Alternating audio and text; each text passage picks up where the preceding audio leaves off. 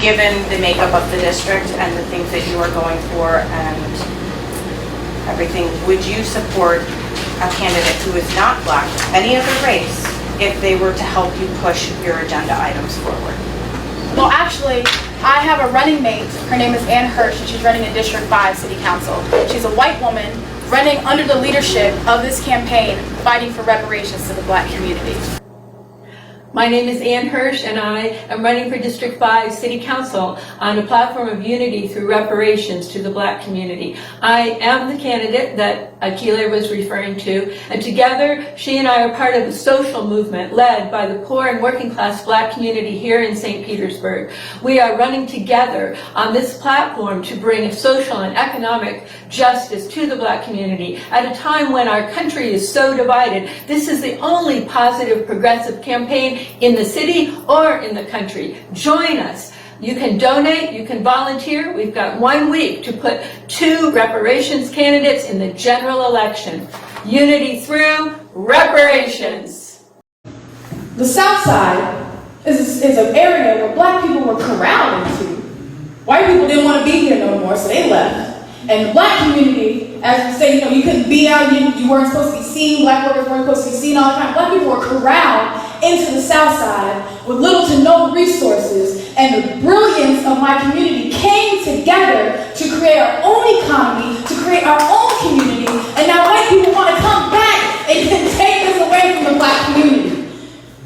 And we're saying make the South Side Black again because we refuse to let that happen. This city is what they say, the city is 95% built out, which means they have nowhere left to go, which means they're coming back in. So the South Side is now prime real estate. So they pushed us into this place. The Black community does what it needs to survive. It creates situations like the 22nd Street Business District. It creates the Methodist town. It has a thriving community in the gas plant district.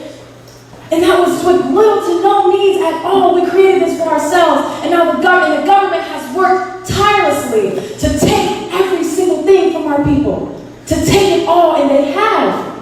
They have taken it all. 22nd Street Business District don't exist anymore. Gas plant district, gone. Methodist town, totally transformed. So this is what we're talking about. This is the history. We're talking about John Evans. 1914, hung from a light post. A man named, what's his name? Something Straw. They have a Straw Park named after him. Wasn't he the owner of the Tampa Bay Times, founder of the Tampa Bay Times? That was the ruling class of this city participated in this lynching of a Black man in this city that became the example. That's the legacy of this city. That's the kind of conditions this is something, it hasn't changed. We might not be lynched on a light post, but we'll be drowned in a pond by the sheriff's department. We'll be shot down in 1996 on 16th Street. So that's the reality. This is what we're confronted with today. So when we say make the South Side Black again, it's opposed to all of this violence, all this devastation, the government theft of our community. That's what we're opposed to. That's what make the South Side Black again is all about.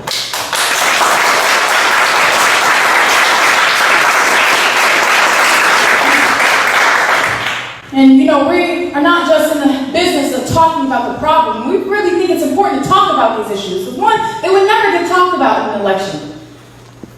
If this campaign was not running, if there was no Hirsch in District 5, if there was no Akile in District 7, if there was no reparations movement building here in the city of St. Pete, the question of gentrification wouldn't even be raised.